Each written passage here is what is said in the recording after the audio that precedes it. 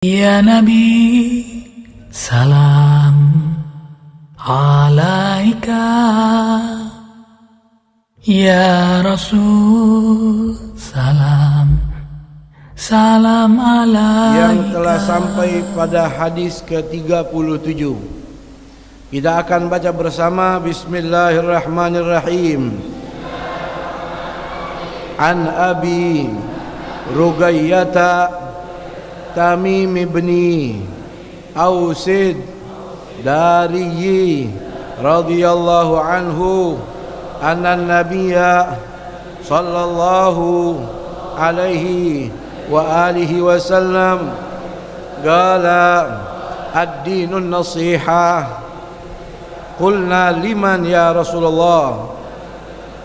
Qala lillahi wa likitabihi wa lirasulihi wa li a'immatil muslimina wa ammatihim. Rawahu Muslim.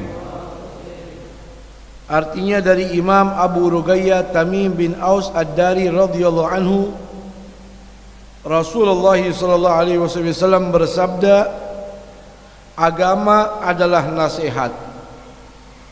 Kami bertanya, bagi siapa wahai Rasulullah? Rasulullah sallallahu alaihi wasallam menjawab, bagi Allah, kitabnya, rasulnya, bagi para pemimpin kaum muslimin, dan bagi kaum muslimin secara umum. Hadis riwayat Imam Muslim. Berkatalah guru kita Sayyidil Habib Umar bin Muhammad bin Salim al-Hafidh, semoga Allah panjangkan usia beliau, sehat badan, murah rizkinya, Allah kabulkan seluruh hajat-hajatnya. Di dalam kitab Kutubul Falihin beliau meletakkan hadis yang ke-37 yang berbicara tentang keutamaan nasihat. Diawali an Abi Rugayyah, dari sahabat Rasul yang punya julukan Abi Rugayyah. Biasanya julukan itu dipakai ngikutin anak laki-laki.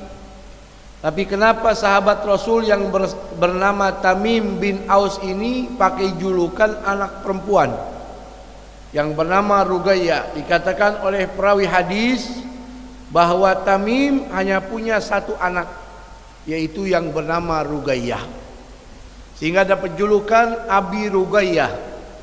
Nama beliau pembawa hadis ini adalah Tamim bin Aus Ad-Dari radhiyallahu anhu, semoga Allah meridhoinya dan kita mendapatkan barokahnya, amin. Sahabat Rasul yang bernama Tamim bin Aus ini sahabat yang terkenal. Beliau salah satu sahabat yang masuk Islam pada tahun 9 Hijriah. Dan beliau ini dikenali sahabat yang sering dan selalu ikut berperang bersama baginda Nabi kita Muhammad SAW. Dan dikenal sahabat Rasul yang bernama Tamim bin Aus ini ahli ibadah, ahli ilmu, terutama ahli Al-Quran.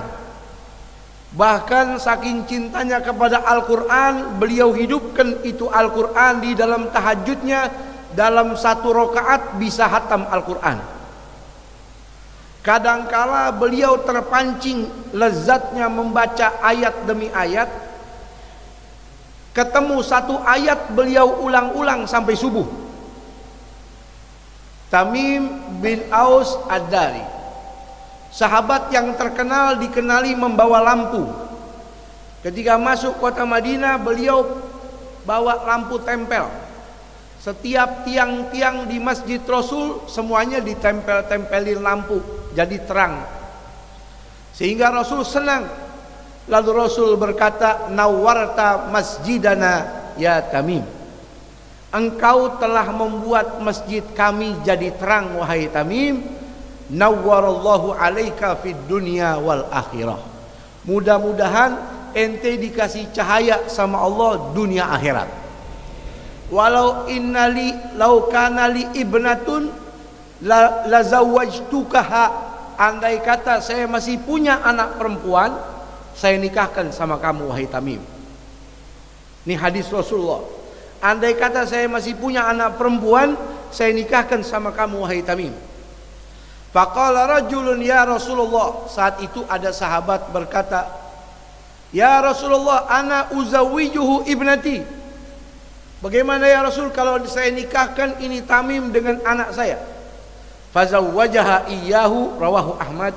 Akhirnya Rasul menikahkan Tamim dengan anak sahabat tersebut, dinikahkan oleh baginda Nabi kita Muhammad SAW. Ada dua keberuntungan. Yang pertama didoain sama Nabi. Subhanallah. Kalau kita didoain sama guru saja sudah selamat, apalagi didoain sama Rasulullah. Semoga engkau mendapatkan cahaya dunia akhirat. Saking senangnya Nabi, kalau saya punya anak saya nikahkan kepada kamu. Lalu setelah itu dinikahkan oleh Rasul dengan anak daripada sahabat. Setelah meninggalnya Sayyidina Utsman bin Affan, Tamim ini pergi ke kota Syam. Di sana beliau menetap, lalu sampai meninggal dunia pada tahun 40 Hijriah. Dan beliau ini sahabat yang dikenal satu-satunya sahabat yang pernah bertemu dengan Dajjal. Satu-satunya sahabat yang pernah berjumpa dengan Dajjal di dalam gua. Sehingga Rasul ketika bercerita tentang Dajjal, beberapa waktu kemudian datang ini Tamim menceritakan apa yang pernah diceritakan oleh Rasul tentang Dajjal. Berarti apa yang saya sifati tentang Dajjal semuanya benar. Ini Tamim baru saja sampai di kota Madinah setelah terdampar di tempat yang sangat jauh berjumpa dengan Dajjal. Beliau Tamim Ad-Dari ini meriwayatkan hadis kurang lebih 18 hadis. Semoga Allah meridainya dan kita mendapatkan barokahnya, amin. Anna Nabiya sallallahu alaihi wasallam qala, bahwasanya baginda Rasul pernah bersabda, ad-dinun nasihah, agama itu berdiri di atas tegaknya nasihat. Agama Islam itu berdiri di atas pondasi tiang yang amat kokoh, namanya nasihat. Sehingga kalau orang beriman, kenapa disebut di sini ad-dinun nasihah? Karena saudara, kalau orang beriman dia punya amal soleh, tetapi tidak watawasau bil haqqi watawasau bis sabr, dia rugi. Dia beriman, amalnya soleh, tapi tidak memberi nasihat kepada orang lain di dalam kebenaran, maunya ibadah sendiri, tidak mau mengajak orang kepada kesabaran, tidak mau memberi nasihat, dia rugi. Betul. Wal asri innal insana lafi khusrin illal ladzina amanu wa amilus solihati wa tawasau bil haqqi wa tawasau bis sabr. Semuanya rugi. Yang ada di dunia rugi kecuali orang yang beriman, dia punya amal saleh, saling memberi nasihat di dalam kesabaran, saling memberi nasihat di dalam kebenaran. Fadzakir fa inna dzikra tanfaul mu'minin. Sehingga kata Allah dalam Al-Qur'an, ingatkan orang, nasihatin orang, karena nasihat itu bermanfaat bagi orang mukmin. Sallu ala Rasulillah. Coba agak tenang sedikit. Di atas kalau nggak tenang turun aja. Sehingga dikatakan di sini agama berdiri di atas pondasi yang kokoh, namanya nasihat. Sahabat bingung, maksud nasihat ini apa? Mereka bertanya, qulna liman, yang dimaksud nasihat itu buat siapa wahai Rasulullah? Maka Rasul menjawab di sini, qala lillah. Yang pertama nasihat untuk Allah, wali kitabihi, yang kedua nasihat untuk Al-Quran, yang ketiga wali rasulihi, untuk utusannya yaitu Rasul, yang keempat wali a'immatul muslimina, para pemimpin umat Islam, yang terakhir wa ammatihim, dan kepada warga secara umumnya. Yang pertama kata Nabi, nasihat untuk Allah.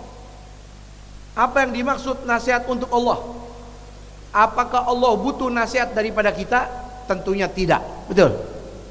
Jadi yang dimaksud nasihat untuk Allah ini, kita diharuskan hamba-hamba Allah beriman kepada Allah. wa nafyu syirk anhu, dan menjauhi perbuatan syirik, menduakan Allah. Jadi nasihat buat Allah maksudnya apa-apa yang berhubungan antara kita dengan Allah.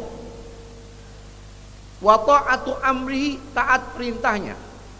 Wajtinabu maksiati, menjauhi larangannya. Wasihatul i'tiqadi fi wahdaniyati, dan mengesahkan Allah tunggal. Lalu wa ikhlasun niyah fi ibadatih, dan mengikhlaskan niat di dalam semua ibadah untuk Allah. Kita ngaji karena Allah, betul? Itu nasihat untuk Allah, maksudnya begitu. Kita sholat untuk Allah, kita tahajud, kita baca Quran, kita puasa, kita bakti kepada orang tua, tujuannya ikhlas, mengharap ridhonya Allah subhanahu wa ta'ala. Itu nasihat untuk Allah. Dulu pengikut setianya Nabi Isa alaihissalam namanya Hawariyun. Mereka bertanya kepada Nabi Isa salawatu rabbi wassalamu alaih, wahai Nabi kami, manin nasihu lillah, siapa sih orang yang dimaksud memberi nasihat untuk Allah? Siapa itu? Maksudnya apa nasihat untuk Allah itu apa? Faqala Isa, maka Nabi Isa menjawab, yang dimaksud nasihat untuk Allah itu haknya Allah. Alladzi yuqaddimu haqqallah ala haqqil khalq, yaitu orang yang mementingkan haknya Allah daripada hak pribadinya dia. Idza urida alaihi amrani, kalau dia dikasih dua pilihan, ahaduha lillah wal akharu lidunya, fabada'a bihaqqillah ta'ala.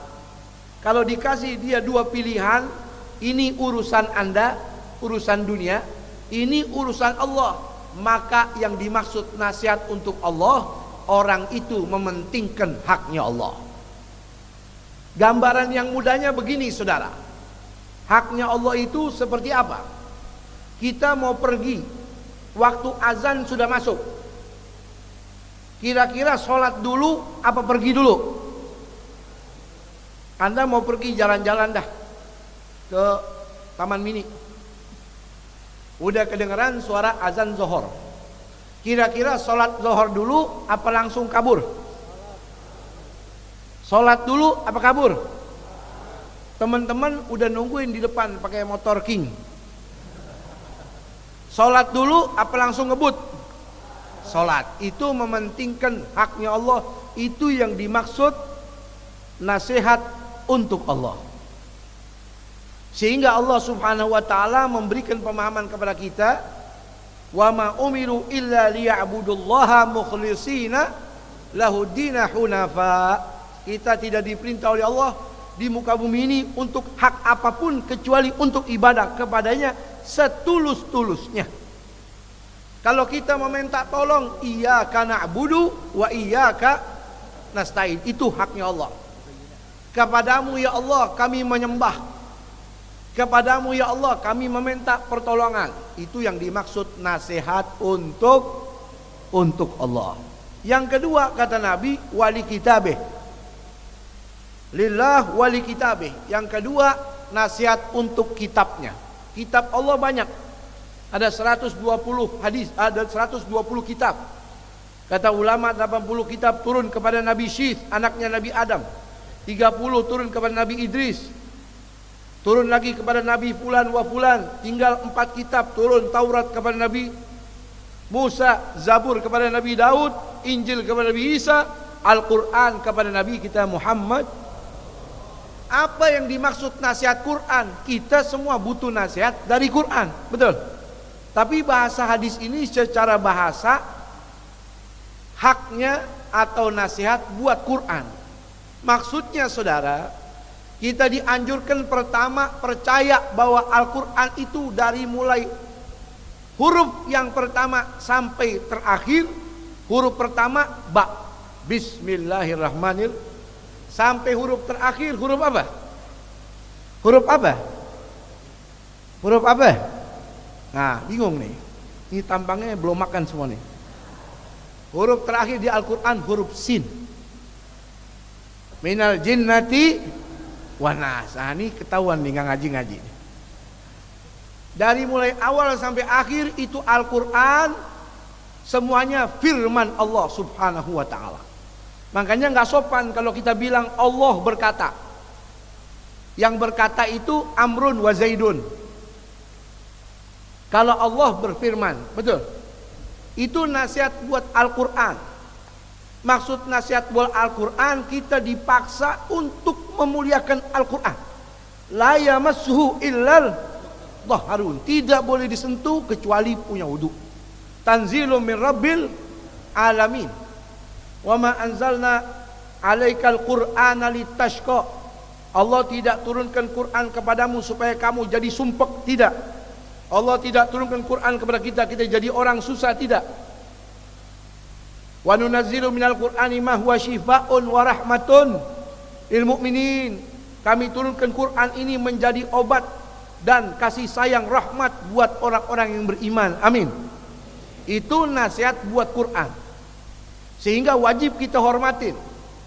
Semuanya suci, gantungannya, talinya suci, tidak boleh disentuh kecuali punya wudu. Jilidnya yang terbuat dari kardus suci, tidak boleh disentuh kecuali punya wudu. Andai kata sudah lepas itu jilid, ada geletak di jalan, kita tahu ini sampul Quran, tidak boleh disentuh kecuali punya wudu. Saking mulianya itu Al-Quran. Itu yang dimaksud nasihat untuk Al-Quran. Dan Al-Quran ini mukjizat Rasul yang sampai sekarang masih ada. Mukjizat Rasul yang dijaga sama Allah, di antaranya ada dua. Taraktu fikum amrain ma in tamassaktum bihi lan tadillu ba'di abada. Dua pusaka kata Nabi, kalian pegang teguh, kalian tidak akan sesat. Ini mukjizatnya Rasul ada dua, yang sampai sekarang kita lihat. Ada dua riwayat hadis. Yang pertama kitabullah, fahuwa hablun mamdudun minas sama'i ilal ard. Yang pertama Al-Quran, yang cahayanya terpancar, tali Allah dari langit sampai bumi. Sampai sekarang itu Al-Quran. Ada apa tidak? Itu nasihat untuk Al-Quran, untuk kita. Yang kedua, wa itrata al-baiti, anak cucu keluargaku kata Rasul. Sampai sekarang masih ada apa tidak? Riwayat yang lain Al-Quran was sunnah, Al-Quran dan hadis. Ini yang dimaksud nasihat untuk Al-Quranul Karim. Yang ketiga, wali rasulihi, nasihat untuk utusan Allah, yaitu baginda Nabi kita Muhammad sallallahu alaihi wasallam. Apa yang dimaksud nasihat untuk Nabi? Yang pertama, kita diwajibkan beriman kepada Rasulullah. Betul. Beriman saja tidak cukup kalau tidak cinta. Cinta perlu bukti. Apa? Mentaati apa yang diperintah dan apa yang dilarang oleh Rasulullah. Ma nahitukum anhu fajtanibu, kata Nabi, apa yang saya larang kepada kalian jauhin, hindarin, tinggalin. Wa ma amartukum bi fa'tu minhu mastata'tum, apa yang saya suruh kerjakan, semangat, lakukan semampu kalian. Jadi cinta perlu bukti. Ini yang dimaksud nasihat untuk utusan Allah. Bukan Rasul perlu nasihat, tapi kita jadikan Rasul, Al-Quran, semuanya jadi nasihat buat kita. Betul. Sehingga saudara, perlu yang dinamakan nasihat untuk Rasul, bagi Rasul untuk kita itu diantaranya yaitu mengimani secara totalitas dalam hati semua syariat Nabi benar, karena Rasul tidak pernah berkata kecuali wahyu dari Allah. Betul. Wa ma yantiqu 'anil hawa in huwa illa wahyun yuha. Di antaranya dikatakan di dalam kitab Sulamut Taufik Al-Habib Abdullah bin Husain bin Tahir. Beliau mengatakan man i'tada ala hadihi faqadir tadda, barang siapa yang melanggar, melawan apa yang disampaikan oleh Rasul, tidak percaya apa yang dibawa oleh Rasul, orang itu telah murtad, telah kafir. Itu nasihat bagi Rasul untuk kita. Betul. Dalam kitab Nasaihud Diniyah Habib Abdullah bin Ali Al-Haddad, beliau mengatakan di dalam bab akidah, la yuqbalu imanu abdin wa in amana billahi subhanahu wa ta'ala. Tidak diterima imannya seorang mukmin walaupun dia beriman pada Allah Ta'ala, hatta yu'minna bi Muhammadin sallallahu alaihi wasallam, sampai dia percaya mengimani secara total juga kepada Nabi Muhammad SAW. Satu. Dua, wabima ja'a anhu, dan apa yang dibawa oleh Rasulullah. Tiga, wabima ukhbira anhu min umuri dunia wal akhirah, dan berita-berita dalam urusan dunia maupun urusan setelah kematian yang disampaikan oleh Rasul semuanya benar. Anda beriman berarti kita orang yang selamat dunia akhirat. Jadi tentang azab kubur, surga, neraka, padang mahsyar, alam barzah, alam arwah, hari kiamat, apa yang disampaikan oleh Rasul semuanya benar. Betul. Itu maksud nasihat bagi Rasul untuk kita. Yang keempat, wali a'immatul muslimina, nasihat untuk para pemimpin umat muslim. Nasihat ini ditujukan bagi mereka untuk kita juga. A'immatul muslimin, kata ulama, ada dua. Para pemimpin umat Islam ada dua. Satu yang muktamad, para pemimpin yang namanya pemerintah. Nasihat untuk para pemerintah bagi mereka untuk kita. Yang pertama, kita wajib tunduk patuh atas perintah para pemimpin kita. Betul. Di dalam segala bentuk tindakan yang baik, yang di situ ada ketaatan, kebaktian pada Allah dan Rasul, wajib kita taat. Kalau presiden kita bilang besok hari Selasa warga Jakarta semuanya puasa, maka wajib bagi kita semuanya puasa besok. Itu begitu. Jadi segala perintah yang baik kita wajib turutin. Nasihat untuk para pemimpin ini juga, kata ulama, Anda ingatkan mereka ketika mereka lalai dan lupa. Bahkan kalau mereka mengajak kepada kemungkaran, Anda wajib meninggalkannya. Dicontohkan seorang sahabat namanya Abdullah Al-Hudzafi bin Sahmi Al-Hudzafi. Beliau ini dijadikan oleh Rasul pimpinan perang. Dalam suatu syariah dia jadi pemimpin. Setelah sampai di medan pertempuran, di waktu malamnya sahabat itu bercanda. Akhirnya sang pemimpin tadi kumpulin kayu bakar, dia tunjuk salah satu orang, ayo kamu masuk ke dalam api.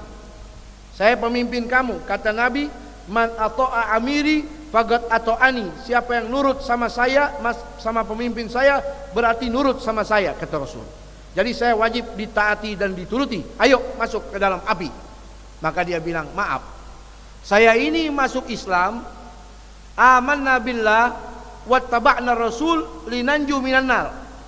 Saya ini beriman pada Allah, ikuti Rasul, tujuannya biar enggak dimasukkan dalam api. Betul. Kok sekarang mau dimasukin api? Ogah. Setelah selesai, besok ngadu sama Rasulullah. Kata Rasul, siapa yang suruh? Tuh, panglima kita. Sini. Kata Nabi, la ta'ata fi makhluk fi maksiatil khaliq, rawahu Ahmad. Tidak boleh kita mentaati perintah pemimpin kita yang di situ ada maksiat pada Allah. Betul. Yang terakhir, wa ammatihim, nasihat untuk orang umum. Yaitu yang dimaksud nasihat untuk orang umum, memberi nasihat untuk hal kebaikan urusan dunia mereka sampai urusan akhirat mereka. Saling memberi nasihat. Betul. Orang yang paling disayang sama Allah bukan yang pakai jubah saja, bukan. Bukan yang pakai sorban saja, bukan. Yang paling disayang sama Allah bukan yang paling kaya juga, bukan. Kata Nabi, ahabbuhum ibadallah ilallahi ansahuhum liibadih. Hamba yang paling disayang sama Allah, yang paling memberi manfaat untuk orang lain. Sayang kalau temannya salah dinasehatin. Kalau temannya ada kurang diingatkan. Ini orang paling disayang sama Allah. Sayyidina Umar tuh sampai nangis-nangis. Wahai Salman Al-Farisi, ingetin saya dong. Nasihatin saya dong, kekurangan saya apa? Oh enggak ada, ente sempurna. Bohong. Tolong tegur saya kalau saya salah. Ingatkan apa kekurangan saya? Enggak ada. Tidak mungkin. Betul nih, betul. Nasihati saya senang. Tegur saya senang. Ada dua. Apa? Anda wahai Amirul Mukminin kalau makan hidangannya ada dua. Mestinya cukup satu. Kalau ada tahu, ada tempe, cukup tempe aja begitu. Terus ente punya baju dua. Kalau siang warna ini, kalau malam warna itu. Mestinya ente sebagai pemimpin bajunya satu aja. Udah cukup. Kalau begitu mulai hari ini anak kalau makan hidangannya cuma satu, baju anak satu aja dah. Dan ingat nasihat itu ada koridor. Imam Syafi'i bilang kalau Anda kasih nasihat orang secara diam-diam itu betul memberi nasihat. Tapi kalau Anda tegur orang di depan orang, maka Anda telah menjatuhkan orang itu dan menghinanya. Mudah-mudahan pelajaran singkat ini ada barokahnya buat kita semua. Assalamualaikum warahmatullahi wabarakatuh.